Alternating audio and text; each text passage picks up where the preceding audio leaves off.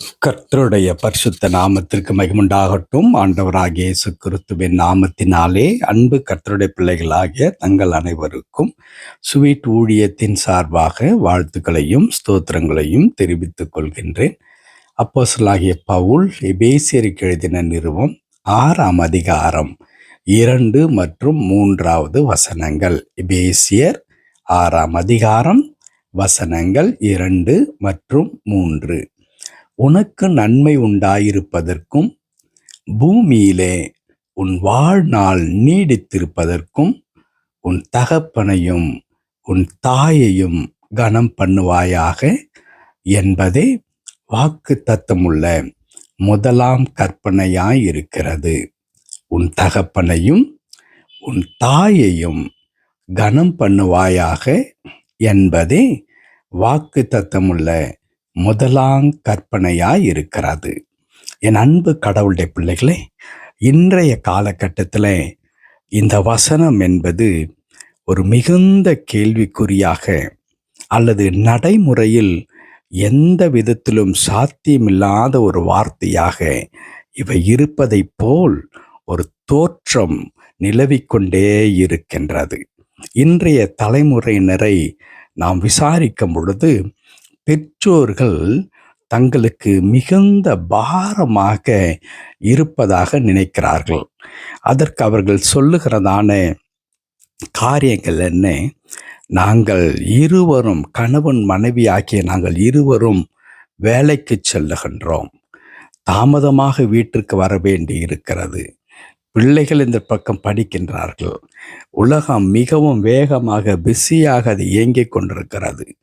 இப்படிப்பட்டதான சூழ்நிலையிலே நாங்கள் பெற்றோரை வைத்துக்கொண்டு அவர்களை பராமரிப்பது என்பது மிகுந்த சிரமமாக எங்களுக்கு இருக்கிறது.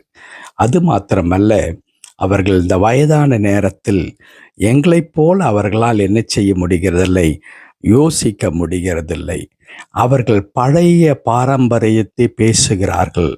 அது இன்றைக்கு இருக்கிற எங்களுடைய வாழ்க்கை அந்த நிலைக்கு அது ஒத்து வருவதில்லை என்கிறதான குற்றச்சாட்டுகளை அதிகமாக அடுக்கிக் கொண்டே சென்று அதற்கு ஒரே வழியாக என்ன செய்கிறார்கள்? திருமணமான உடனே நாங்கள் தனியே வாழ்வதும், பெற்றோரை தனியே வைத்துவிட்டு ஒருவேளை அவர்களுக்கு தேவையானது இருக்குமானால் அதை நாங்கள் கொடுத்து விடலாம். அப்படி ஒருவேளை அவர்கள் தனியே வைப்பதற்கான சூழல் இல்லை என்றால், இன்றைக்கு எத்தனையோ முதியோர் இல்லம் இருக்கிறது. அந்த முதியோர் இல்லங்களிலே அவர்களை சேர்த்து விடலாம் என்று சொல்லுகிறார்கள். இன்னும் ஒரு சில பிள்ளைகளுக்கு அது வசதியாகவே இருக்கிறது. காரணம் என்ன? அவர்கள் வெளிநாடுகளிலே வேலை வாங்கி கொண்டு போய்விடுகிறார்கள். வெளிநாடுகளிலே குடும்பமாக அங்கே வசிக்கிறார்கள். பிள்ளைகளுடைய கல்வி எல்லாம் வெளிநாடுகளை சார்ந்ததாகவே அது இருக்கிறது. அப்படி இருக்கும் பொழுது இங்கே இருக்கின்ற தன் சொந்த ஊரிலே, நாட்டிலே இருக்கிற பெற்றோரை கவனித்து கொள்வது என்பது மிக சிரமம். ஆகவே எவ்வளவு பணம் செலவானாலும் பரவாயில்லை, நான் அவர்களை இப்படிப்பட்டதான வயது முதிர்ந்தோர்களை பார்த்து கொள்ளக்கூடிய இடத்திலே நான் அனுமதித்து விடுகின்றேன் என்று இன்றைக்கு நியாயப்படுத்துகின்ற பிள்ளைகள் அதிகமாக இருக்கிறார்கள். என் அன்பு கடவுளுடைய பிள்ளைகளே, வேத வசனம் குறிப்பாக இப்பொழுது வாசிக்க கேட்ட வேத வசனம் எங்கே இருந்து அது மேற்கோள் காட்டுகின்றார் பவுல் என்றால், நமக்கு பிரதானமாகவே கொடுக்கப்பட்டிருக்கிறதான 10 கற்பனைகளிலே இருந்து கொடுக்கப்படுகிற வார்த்தை. அந்த 10 கற்பனைகள் எழுதியிருக்கிற யாத்ராகமம் 20ஆம் அதிகாரம் 12வது வசனத்தை நீங்கள் வாசித்து பார்த்தால், அங்கே ஆண்டவர் மிக அற்புதமாக சொல்லுகின்றார். உன் பெற்றோரை நீங்கள் என்ன செய்ய வேண்டும்? கனப்படுத்த வேண்டும் என்று அங்கே குறிப்பிடப்பட்டிருக்கின்றது. அதை தான் இங்கே பவுல் மேற்கோள் காண்பிக்கின்றார். உன் தகப்பனையும் உன் தாயையும் கனம் பண்ணுவாயாக என்று சொல்லி. அன்பு கடவுளுடைய பிள்ளைகளே, நாம் பணத்தை செலவழித்து பெற்றோருக்கு வேண்டிய அந்த கட்டணங்களை எல்லாம் செலுத்தி அவர் முதியோர் இல்லத்தில் வைத்து விடுவதும், அல்லது நம்மை விட தள்ளி நிற்கும்படி ஒரு வீட்டை வாடகை எடுத்து அதிலே அவர்களை வைத்து விடுவது போன்றதெல்லாம் நாம் பேசுவதற்கு மிக நன்றாக இருக்கும். நாங்கள் தான் எல்லாவற்றையும் பார்த்து கொள்ளுகிறோம் அல்லவா, நாங்கள் தான் செலவழிக்கிறோம் அல்லவா என்று சொல்லுவது மிகவும் கேட்பதற்கு நியாயமாகத்தான் தோன்றும். ஆனால் அதே நேரத்தில் ஒரு காரியம், தன்னுடைய பிள்ளைகள் இந்த வயதான நேரத்தில் என் பக்கத்தில் உட்கார்ந்து எனக்கு ஆறுதலாக 2 வார்த்தை பேச வேண்டும். அப்பா, அம்மா சாப்பிட்டீர்களா என்று கேட்க வேண்டும். நீங்கள் எப்படி இருக்கிறீர்கள் என்று எங்களிடத்தில் அவர்கள் கொஞ்ச நேரம் உட்கார்ந்து மனம் திறந்து பேச வேண்டும்.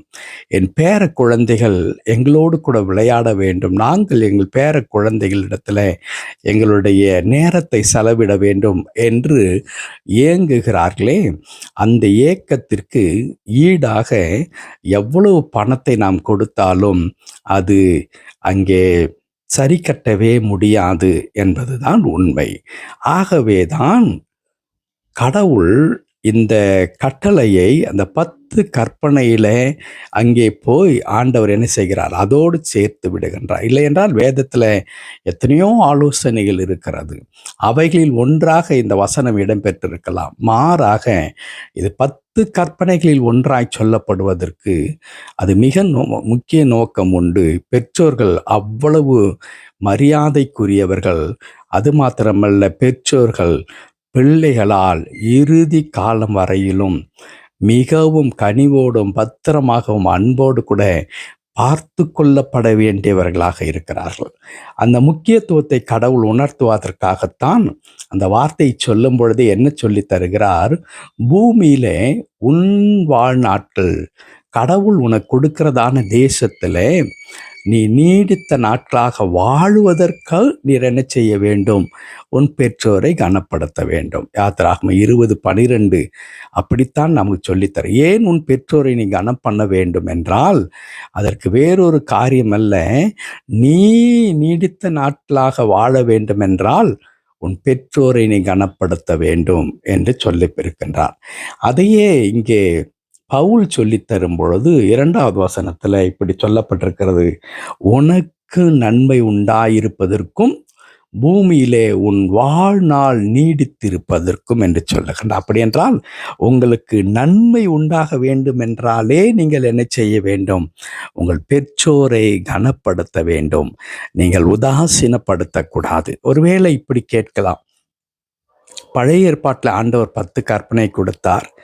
இயேசு கிறிஸ்து அந்த 10 கற்பனைகளை தொகுத்து 2ஆக கொடுத்த அந்த இடத்துல பெற்றோரை பற்றி சொல்லவே இல்லையே என்று கூட வாதிடலாம். அன்பு கடவுளுடைய பிள்ளைகளே, அந்த 2வது கற்பனையாக இயேசு கிறிஸ்து சொன்னார் அல்லவா, உன்னை போல் பிறனை நேசி என்று. அதிலே எல்லாமே அடங்கியிருக்கிறது.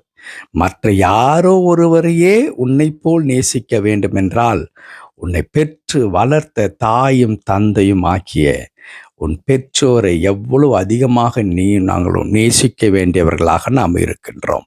அதை மனதிலே வைத்து கொள்ள வேண்டும். நமக்கு நன்மை உண்டாயிருப்பதற்கு, பூமியில நம்முடைய வாழ்நாட்கள் நீடித்திருப்பதற்கு நம்முடைய பெற்றோரை கனப்படுத்த வேண்டும். இன்றைக்கு பெற்றோர் பிள்ளைகளுக்கு பாரமாகி விடுகின்ற காலம்.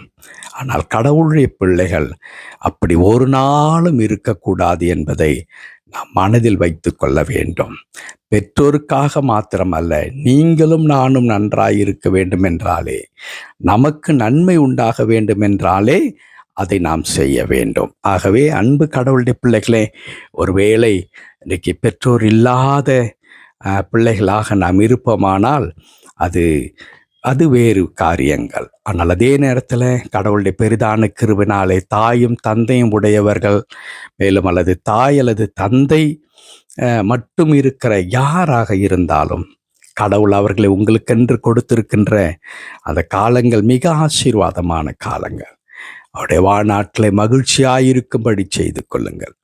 அதை விடுத்து ஆண்டவருக்கு முன்பாக நீங்கள் சென்று எவ்வளவு புனிதராக உங்களை காண்பித்து கொண்டாலும் அது கடவுளுடைய பார்வையில் ஏற்புடையதாக இருக்காது. ஜெபிக்கலாமா? கிருபை நிறைந்த நல்ல ஆண்டவரே, உமக்கு நன்றி செலுத்துகிறோம். ஆம் ஆண்டவரே, எங்கள் பெற்றோர் கனத்துக்குரியவர்கள். பெற்றோர் ஆண்டவரே அவ்வளவு அற்புதமானவர்கள் ஐயா. கடவுள் எங்களை இந்த உலகத்தில் அனுப்புவதற்கு அவர்களே ஒரு வழியாக இருந்தார்கள் சுவாமி.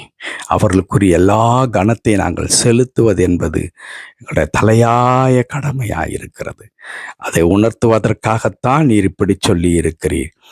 எங்களுக்கு நன்மை உண்டாக வேண்டுமென்றால், எங்களுக்கு ஆண்டவரே சுவாமி வாழ்நாட்கள் நீடித்திருக்க வேண்டுமென்றால், நாங்கள் எங்கள் பெற்றோரை கனப்படுத்த வேண்டும். அந்த கிருபையை நாங்கள் பெற்றுக்கொண்டு எங்களுடைய பெற்றோர்களை நாங்கள் எல்லா சூழ்நிலையிலும் கனப்படுத்த, அன்பு செலுத்த, அவருடைய கடமைகள் ஒன்றையும் குறையாமல் நாங்கள் பார்த்து கொள்ள எங்களுக்கு உதவி செய்யும்.